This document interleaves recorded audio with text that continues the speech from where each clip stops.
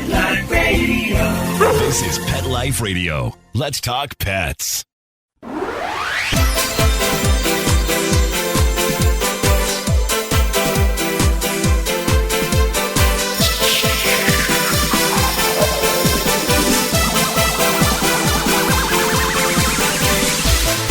Hello, you're listening to Deb Wolf on Animal Party, Pet Life Radio.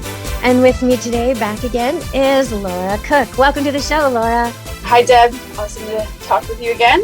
Well, usually I have you on the show to talk about pets and allergies to pets, pets with allergies, that kind of thing. And we've done past shows on that if you want to look it up, body talk and healing. But today we've got a different topic that's been in the news an awful lot, and I think demands that we deal with it. And there's a bit of a crossover in that in the animal world, they've done experiments on animals, terrible experiments, where they've taught rabbits to be afraid of cherries, for example. And then they've seen that their children and their grandchildren, even if they weren't raised with the rabbits that were originally traumatized, their children and their grandchildren still are afraid of cherries. And there's been many, many studies like this, and I have some of them with me here to talk to you about today. But I've invited Laura to talk about this stuff because Laura Cook is a healer, and she also works with First Nations, with Indigenous issues and people. And she's just the perfect person to invite on the show to talk about trauma that passes from one generation to another, whether it be in animals or, more importantly, I guess, in people. So welcome to the show, Laura. Yeah, thank you. Definitely has been the intergenerational impact of trauma has been a huge part of my work for a long time, and how the nervous system holds trauma, whether it be human or animal nervous system. Definitely have a deep understanding of it. And yeah, happy to share what I've noticed and what I've learned in my work and how we heal it. In my community, you know, there's been a very pivotal point in our history, the Holocaust, and there were many, many times in our history that were like that. So I shouldn't take that as the one isolated time, but around, 1948 to 51, there were a lot of people very damaged. And then in the 40s and 50s, through that time period. So those survivors had children who were very, very affected. And we've all known this in the Jewish community for years. But finally, they started really testing it and trying to see, are the children and the grandchildren of these Holocaust survivors, do they have different levels of hormones in their bodies? Is there something genetic that's changed? And the sad answer is yes. So there's all kinds of this sort of trauma all over the world, including in Pakistan right now. They're doing some studies on some kids who were orphaned and some other kids in the area who were not, and trying to compare, baseline levels of cortisol and the distinctive patterns of DNA and what's changed and what hasn't changed. But in one study, they found, and this is on animals, that some of the negative effects occurred 80 generations down. 80. This is a worm. Okay, it's not a human, it's a worm. But they found that if they altered the RNA 80 generations down, it was still altered. In another species, a water flea, if they were exposed to the scent of a predator, then their offspring would have spiky armored heads. It only took one generation to change that evolution, which is extreme, So I just want to talk about this. What can we do if we've got the pain of our parents making us? Yeah, well, ancestral trauma and intergenerational trauma is very real. It's how we've survived, like we said, like the scent of a predator. We remember a situation and we remember that it was a bad situation. So we need to be able to respond in a way that's going to save our lives. And storing that information for our children and grandchildren, great-grandchildren in our bodies is a really kind of handy way to make sure they stay alive, right? So we think of all these things like, the Holocaust, different genocides, Sarajevo, the genocide. Now that is the work that I'm doing, is I'm specifically working with the survivors of our genocide in Canada here. And yes, it has happened all over the world. There's really only one country that doesn't have an Independence Day. That's England. And so England has, really brought the residential schools and genocide into a lot of different countries, and a lot of different cultures have their own. But trauma is remembered on a cellular level in the body. And we work with it in several different ways. So I'm a feeler, spiritual feeler. So I can I can communicate with trauma that's held in the body in a somatic level. And I can help the body realize that the trauma is over and the trauma is not happening. That's one way I kind of go in and say to the body, like, it's not happening anymore. And I try to work with all these different ways of getting that body to understand that it's not happening anymore. I get the person to help with that, and they'll feel the physical release. Like, so when your body comes out of trauma, you will usually have a little shake. It's a type of seizure. I can't even remember the name of it right now. But they'll shake their hands a little bit. They'll still feel like they're on a bit of a roller coaster, but that's that nervous system kind of releasing. Think of an animal shaking it off. Right? Animals also sneeze when they change their mood. Yeah. Yeah. And so there's these different neurological shifts in the body as we move from the states of consciousness. So when you're in a heightened state of consciousness in threat mode, you have anxiety, you're more aware of you're more reactive, you're going to be angrier, you're going to be more emotional, your brain doesn't function well, you're in a totally different kind of physical state. And then when you're really relaxed, right? And so if you are dropping consciousness and you're going into rest state, I can sleep, I can get a deep rest, that looks very different physiologically, right? And so, for my work, I'm going in and I'm assessing, okay, so what are the things that make sense for someone to be activated into a threat response where they're fight, flight, freeze mode, looking for where's this anxiety coming from? Some people with anxiety just have a lot of triggers in their body memory around different threats that really aren't happening anymore. And so there's a lot of stuff we can look at when we're looking at trauma in the body and intergenerational trauma. So it's kind of like saying, well, where did this trauma come from? We're asking the body, is it from your lifetime? Is it from your ancestors? Is it, intergenerational? And sometimes the behavior that I see, when I'm like, well, this is really old, right? Like you said, like 80 generations back, I've seen it go back hundreds of generations. What do you mean by that? What kind of behavior were you watching that you thought? I'm trying to remember.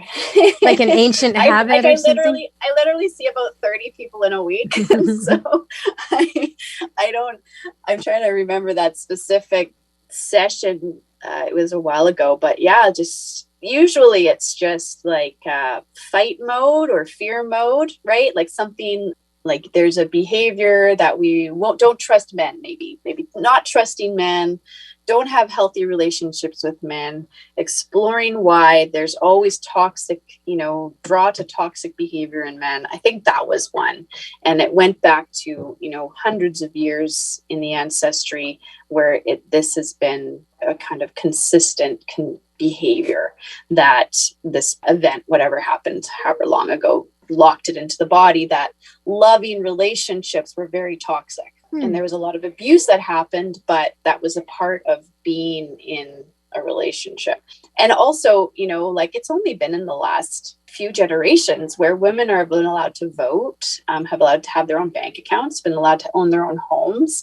We make the same money, we're respected, we're safe, and we don't have to be in these relationships with men that make sacrifices and be treated poorly anymore. So a lot of these men have to be, changing their behaviors. So there's imprints that are in both of us, like masculine and feminine, that are very old around, loving behavior and non-loving behavior, and healthy love and non-healthy love. So that's just one of the things. I think that's what I was working on with that person was, abusive, like highly abusive relationships. Right. And that's, when you look at intergenerational trauma within the residential school system, the residential school system was built to take all the children out of a community and, really wreck that community with no children running through the streets in a community. What's going to happen to those people? What their whole point of living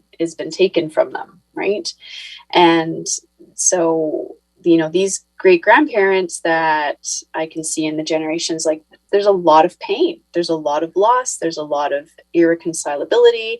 You just don't fix that kind of pain. And then it happened over and over and over again. So when we talk about and so first, second, and third, right? Generation, sorry. And so recently, this is not 500 years ago.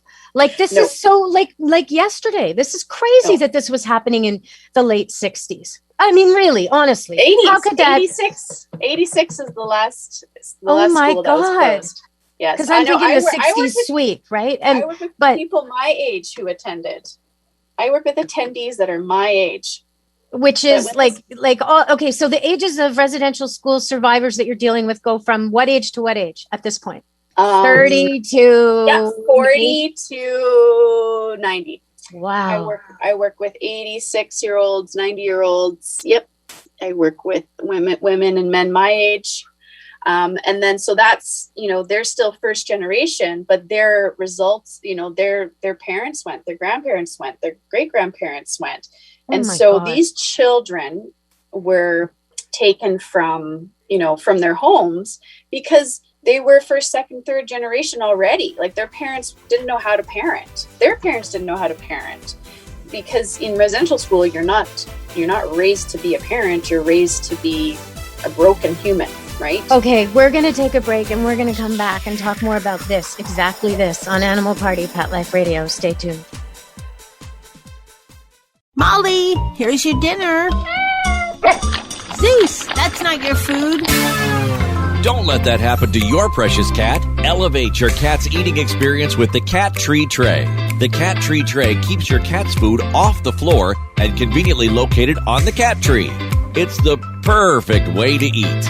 It's a beautiful wrought iron tray that easily attaches to your cat tree and keeps dogs and other critters out of your cat's dish. A must for multi-pet households. There's a 6-inch tray for large bowls and a 4-inch tray for smaller bowls.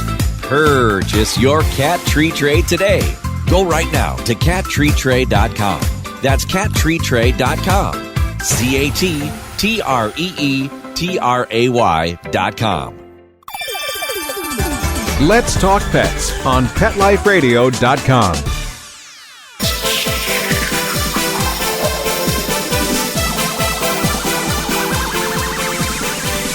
Hello, we're back on Animal Party Pet Life Radio, and we're talking about breaking people at residential schools with Laura Cook, who's a healer helping the broken people. Mm-hmm. So welcome back, everyone. And it's unbelievable. I mean, I was in university when this was going on, and I wasn't hearing about it. I didn't know about it.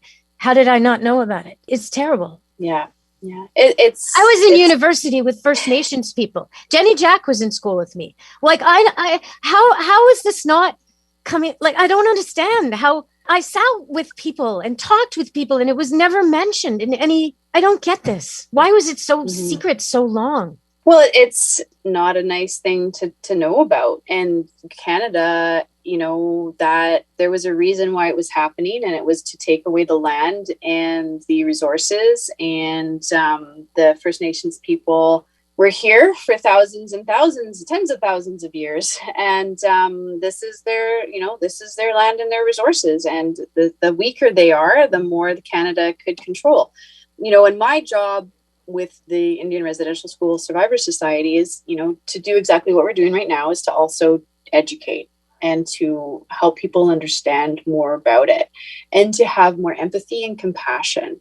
And so, if anybody wants to support IRSSS, you go to irsss.ca. We love answering questions. If you have questions, you can call in there. We have lots of cultural support workers who are teaching more about residential school and the after effects and how we are healing. So we've been incepted for 20 years. We have almost all Indigenous members on our board, and employees and psychologists and cultural medicine workers, and we support all kinds of communities across Canada now. And we're taking calls from around the world as well to help people understand more about what's happening and how we are coming back to more Indigenous ways of healing what damage there has been done.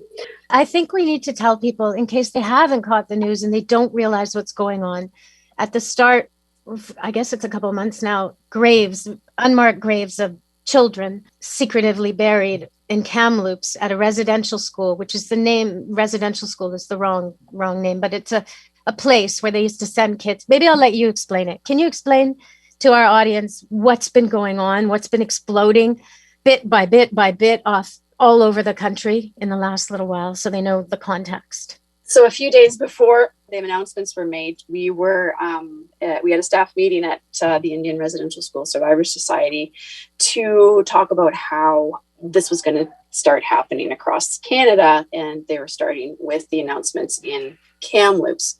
So the children are on their way home.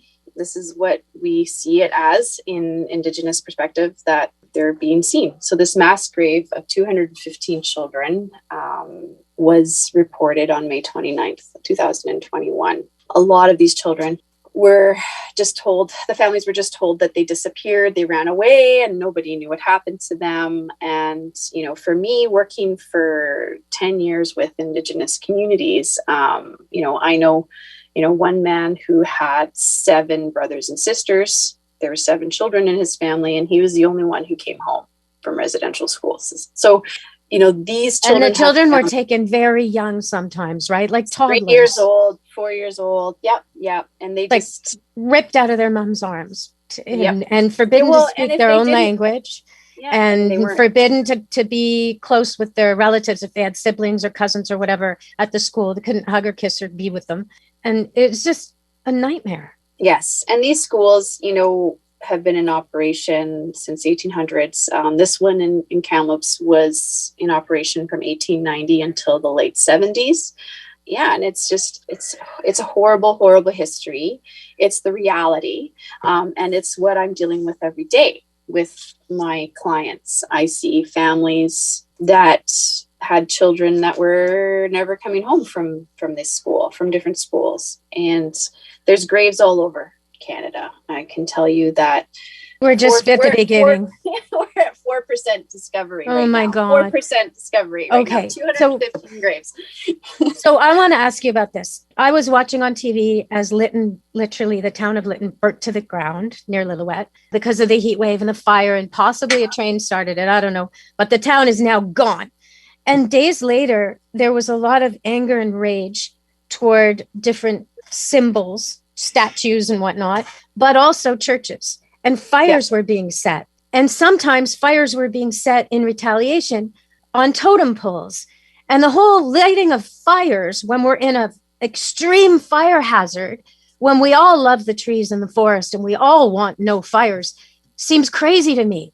How do we stop this from exploding? And also, I want to mention that it's clear that in one case of this fire of a church, the suspect is not Indigenous. So it's someone doing it on behalf of someone else or some kind of subterfuge. I don't even know.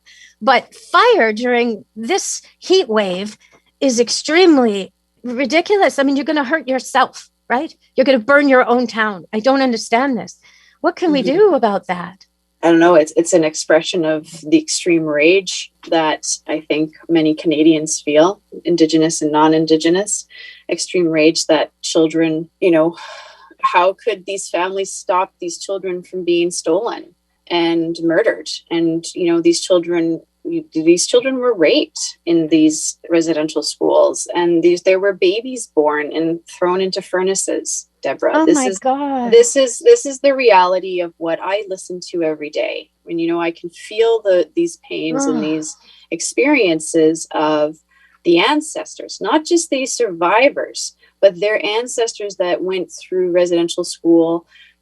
However many generations were taken over and over again. I feel those experiences. I can hear the furnaces. I can hear the children's screams. So, you know what? An expression today, these fires burning down, in comparison to the pain that was never acknowledged, for me, I'm like, yeah, that sounds about right. Why is the focus only on the church and not on the government? Like, it seems to me the government is really in cahoots with the church, no? The church government is kind of the same. I think it's the same thing. The government can switch it off and say, oh, yeah, it was the church, right? Like, no, do you think it's actual, God, spirit, creator energy? No, this is human. This is human control, human destruction. This is genocide. This is not spirit. This is not good energy. This is not love, right? This is governmental control. How do we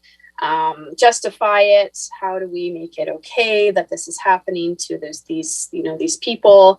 What their shamans, they went in and made sure that the medicine people weren't practicing. That's against God. That's not okay. That's Satan worshiping. We that's the first people that weren't allowed to practice were the people like me, right? Spirit worker. Mm-hmm. Right. Healers. Yeah.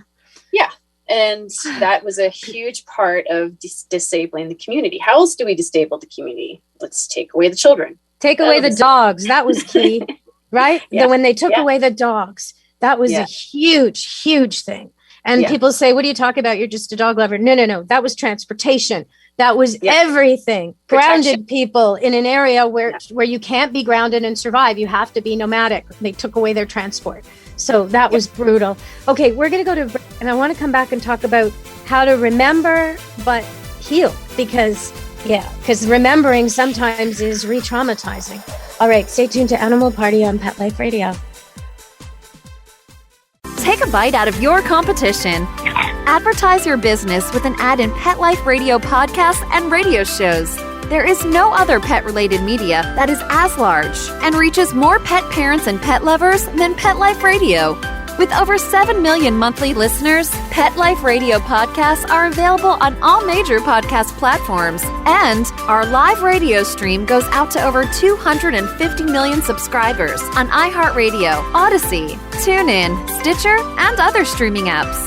For more information on how you can advertise on the #1 pet podcast and radio network, visit PetLifeRadio.com/advertise today.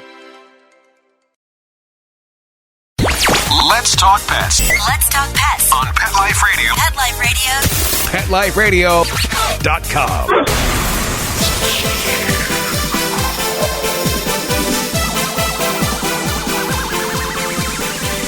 Hello, we're back on Animal Party on Pet Life Radio. So in my religion, we read over our story of woes every year. We started in September. We go through the whole thing, everything that was done to our people, how we got, pillaged and murdered and slaughtered and moved along by this group and that group. And always there's some invading army. And then at the last minute, God helps us and we survive. And it goes back. And every year we do this. And we do this re-traumatization of ourselves as this woe-begotten, picked on, persecuted people that has to endure and survive. And I understand, because we say, never again. And if we forget, even the lest we forget is the motto for the secular Second World War remembrance. And in Quebec, they have it on their license plates. We'll always remember. Okay, so how do we remember? Because it's really important we remember, and all these things that have been hidden so long, they have to come to light. But how do we not re-traumatize or explode into rages? Yeah. So our body has different ways of remembering, and our mind has different ways of remembering. So you can have a memory of a traumatic event. You can remember it, you can look at it, but you don't go back into it. You're not in it physically. You can look at if you haven't healed that traumatic event, you are going to remember it, and your whole body will go into response. So that's how you know. If you look at trauma and you're feeling the emotional impact of it, the physical tension, it's like your body's back in there. You haven't really healed it well. I worked with a doctor a couple of years ago, and I said, what happened to you in the summer? And it was some event with some, family member. It was highly traumatic. And that doctor said that, well, no, I've gone through therapy. I can talk about it, And I'm like, well, look at your body right now. And your body is back in it again, isn't it? Right now, you can feel everything in your body activated, tension, your heart's beating, you're breathing fast. Look at you're back in that trauma. Your body is there. And the doctor was like, oh, yeah. And I'm like, you can mentally understand a trauma, but you need to physically release it. Because if you haven't physically, somatically released and helped your body understand that you're safe and it's over, you're going to be triggered. And it might be a memory, it might be a sound, it might be a smell. It could be the color of something. It could be a sound of voices, someone's sound. It could be anything that could trigger that body response. And you wouldn't even know. You're like, why do I have a headache tonight? Well, it could have been that you had a conversation with a family member and you guys had been in a car accident 20 years ago. And so your body goes back to that memory of that car accident. You see how that body works, that body memory works. But how do we do, like, for now, right now, first I want to say something positive. In 2000, yeah, I do, because it's like part of the research I did. And it's so, because I don't want to forget to say this before the end of the show, but in 2016, some of this rat research I was looking at, mouse and rat research, where they did terrible things to mice and then tried to see if their offspring and their offspring and their offspring were still affected.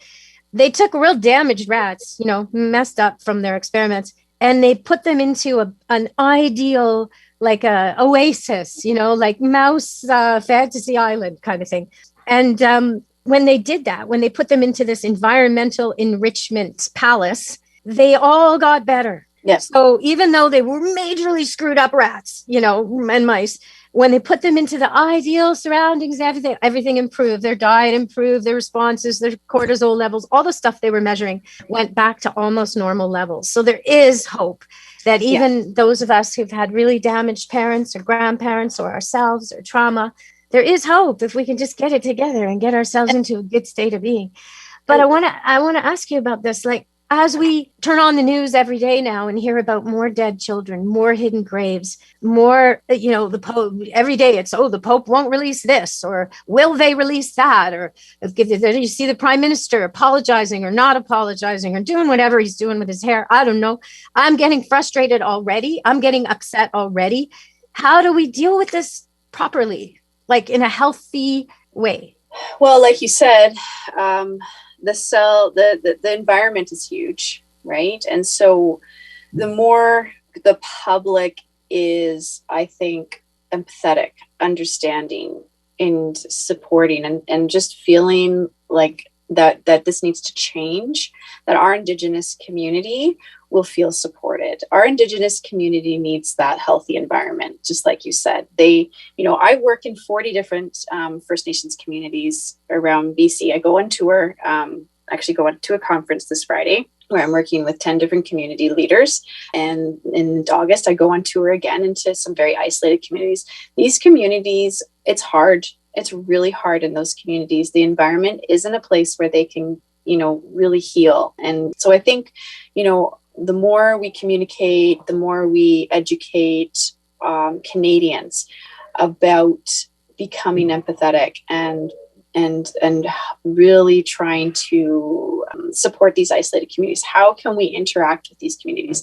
I lived in Smithers for quite a while, and they have a really cool society that is about interacting with their local First Nations communities. And so it's like all of these non-Indigenous that want to come together, they do different events that integrate the Indigenous, so they can be like, look, we want to bring events, we want to bring nurturing things, healthy things into your communities. And it's such a beautiful way of just showing up and creating long-term relationships.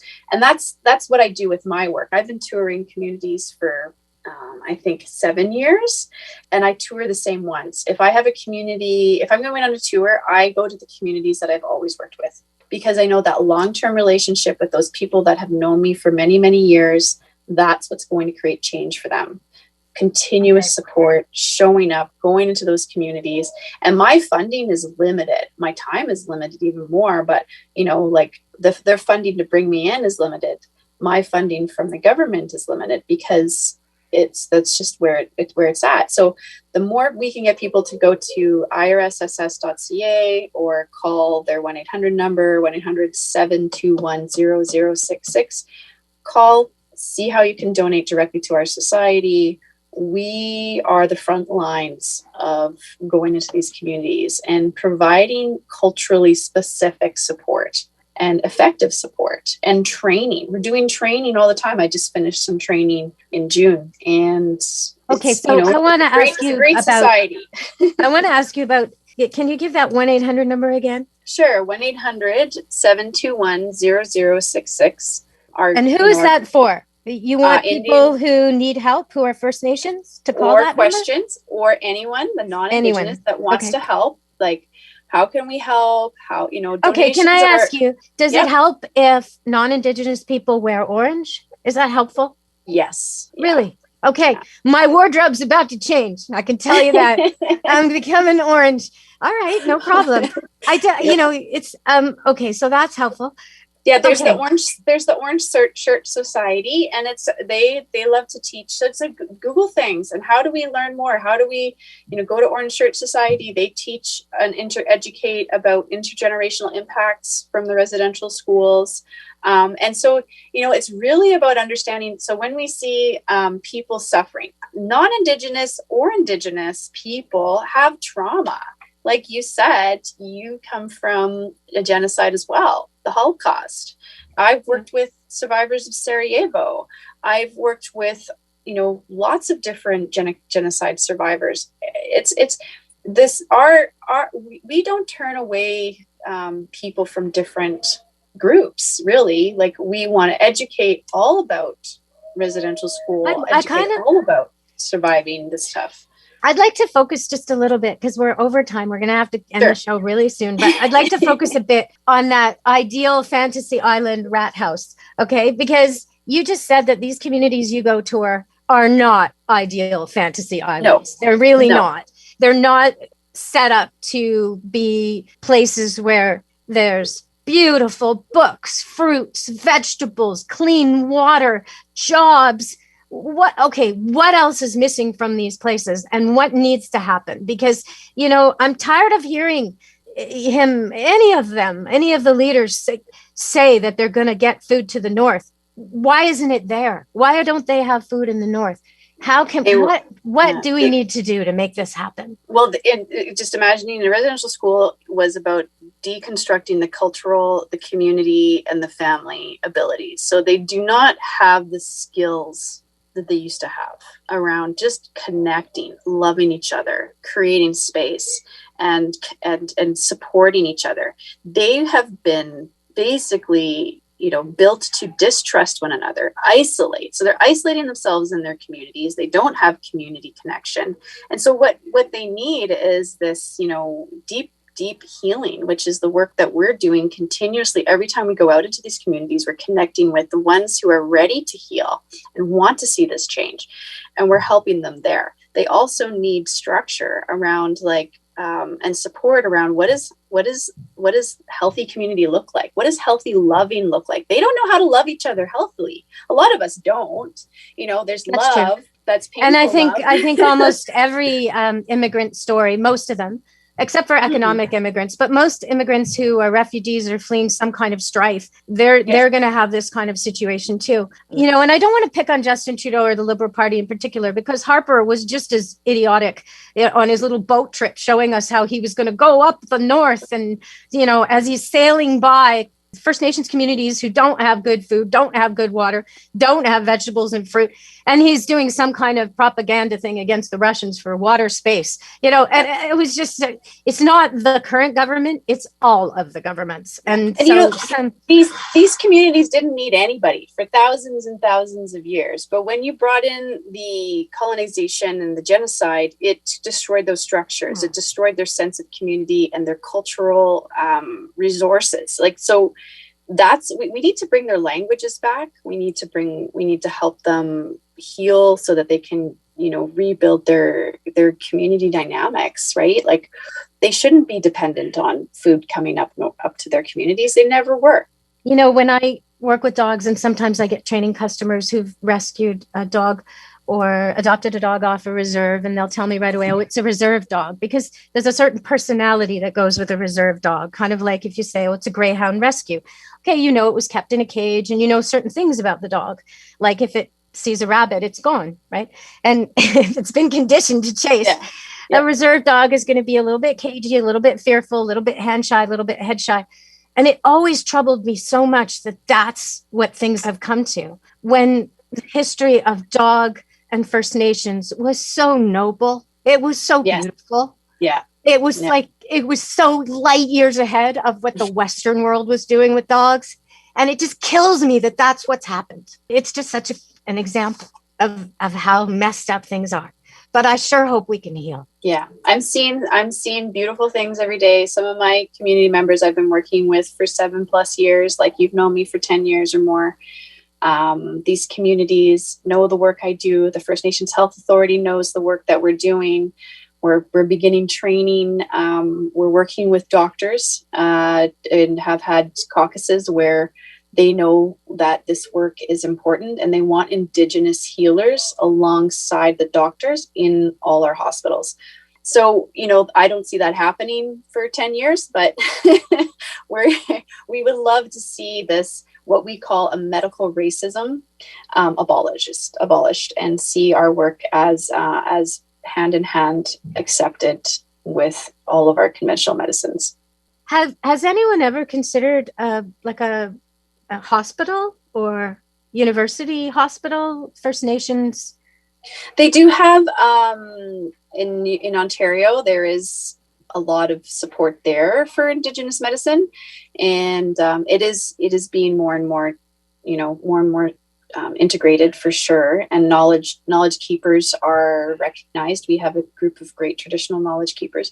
My work is more specifically spirit. Because I have Eastern ancestry, Mohawk and Haudenosaunee, and the people locally here are more land-based medicines and plant-based medicines.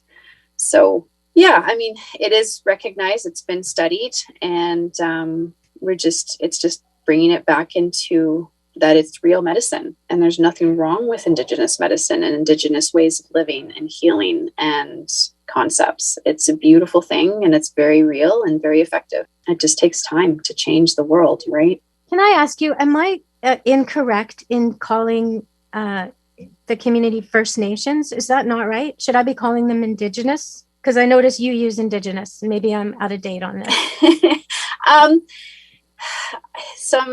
In my work, we say Indigenous. First Nations is another term. I don't know. I don't find offense in much generally. So from my understanding, some people don't like to be called First Nations. They would rather be called Indigenous. But I just kind of don't take it too personally if I'm offending someone. I just say, I will, do my best not to. And that's not my intention to. But well, It's a strange thing with terminology because First Nations was the right way for a while. But but I will definitely change that if I'm offending people. I don't want to hurt anybody. And I will start wearing more orange. What else can people do to show their support? Just recognize that I think a lot of people feel like they're being blamed for their ancestors' thing that they did. And I don't think that that's really what's happening. I think we're asking that people be educated and recognize that this has been happening and make bigger movements towards supporting these communities. And how can you get more involved, right? There's even Gord Downey had a fund. Gord Downey and Chani Wenjack, they provide education on the history of Indigenous people and the legacy of residential schools. They have a website and you can donate there. That's tragically hip. Yeah. Gord Downey's fund. Yeah. So he was really loving of and compassionate around what was going on in our communities.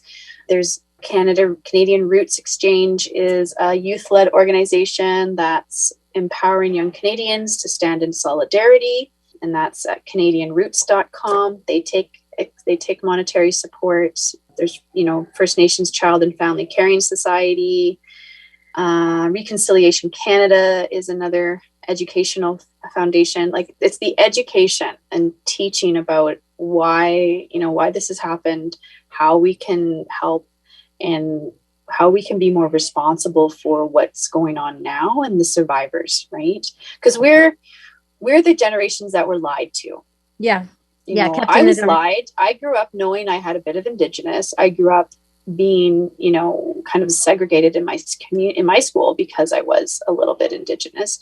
And I grew up feeling, that I was supposed to hide that. I wasn't allowed to be. I was supposed to know we were supposed to be white. We're supposed to not celebrate. We had no Indigenous regalia or information because our family was from New York. And so back then we didn't really have residential schools in New York in the early 1800s. You were just, wiped out as if you didn't assimilate. So our family learned to assimilate really quickly. And so it's like, I wasn't allowed to celebrate that. And then when I learned what residential schools actually were in my early 20s, I was so devastated and I was so enraged that I didn't know, and we were told, these natives just gave the land away for buttons. That was the general lesson on the history of Canada, right? Yeah. Weren't they naive? Yeah. Yeah. And so, I think it needs to be really, really, really well educated for our children. I mean, my children know so much now, right? Like I've got 2 boys and they are on top of residential schools. They know survivors personally because I work with them and they're my good friends. And they know traditional ways of healing. We know how to do fire ceremonies. We do prayers. We work with so this brings me back to that question that I had, because this is sort of what we do in the Jewish community. We'll get a Holocaust survivor to come talk to kids about their experience. We show them movies, real footage. We educate them, not just about the Holocaust. We cover all the trials and tribulations of our people as the year goes through. But how do you draw the line between that and not re-traumatizing, right? You don't want your kids to grow up with this on their shoulder. You want them to know it, but still live freely, right? Like most survivors will never talk about it. Mm-hmm. That's what you'll see. You'll see, my friend Tom Smith, who is an amazing seer. He's a healer. He's a powerful healer and lives in Vancouver. If anybody wants to work with him, can email me. I'll give you his information. His mother is on the, was taken at 6 years old or 5 years old, slammed against the wall at that age by nuns. And, they had ammonia poured down their throat at a small, she went through hell and he never heard about it. The first time he heard about her experiences was he read it in an article in the newspaper. Wow. So if we don't talk about it, we feel it. The children feel it. And he suffered and his siblings suffered. If we don't talk about it and speak about it, it's held in the body and the body will live it again. So, okay. Try to explain it and try to let it go. But if we talk about the earth, you said something about the earth and about water. So I'm trying to, so we talk about it. We hear their stories. We feel their stories. Mm-hmm. And then we feel like tense and stressed and sick and upset. Okay, what do we do to clear it? You said something about clearing. I need to finish that. So that's where the power of the traditional medicines are recognized. So when you look in all different cultures, I love cultural medicine from all different cultures. There's prayer, there's mantras, there's affirmations. These are all ways of talking about it and surfacing it and asking forgiveness and putting it into a place of spirit, whether it be land or handing it to creator or putting it into a fire. We transform it from our body and into spirit. So that's what I mean when I say we take it out and we put it into the land. And so, when we do work, say I do a ceremony with my children and we're talking about just, prayers, like, I want to give prayers to helping see my friends move through what they're going through faster. I want to give prayers and ask creator to help us get through these struggles and help our grandparents. And so it's just like asking a greater power to support us. And then we put our tobacco into the fire. And so we're kind of praying into our hand with tobacco or sage or whatever medicines, and then putting that into the fire. You don't need to have a physical thing like tobacco. You can have a rock, or you can have a rock, maybe not tobacco, but you can have a rock and you can, say to that rock, help me release what I need to release, what's not mine, what I don't need to hold on to. And you can put that rock down, into the water or just back into the earth. So that's kind of one of the things I teach my children. We talk about the struggles that we're going through. We try not to shove them back inside of us, because if we shove them inside of us, they become disease. If we can honor it and put it into a rock or put it in tobacco, we can put it down into the earth, and the earth will heal everything. Well, thank you, Laura. We've had a great show. We went way over time, but I so appreciate sharing. And this topic is so important for Indigenous people, and all of us. Everyone in Canada should be considering what went on, what's going on, how they can help, maybe buying some orange clothes. Well, donating to our society is working to support definitely ancient medicines, Indigenous medicines that we're going, into the communities. We're in Kamloops. We're at the grave sites. We are dealing with these graves and supporting the survivors. So I appreciate you having me today and helping people understand a little bit more. Well, I hope this show gets heard by a lot of people, especially people who need help. Thank you so much, Laura. Really, thank you. Yeah, you're welcome. Okay, everybody. From Animal Party, Pet Life Radio, Laura Cook, and me, Deb. Well, be good to your animals. Let's Talk Pets, every week on demand, only on PetLifeRadio.com.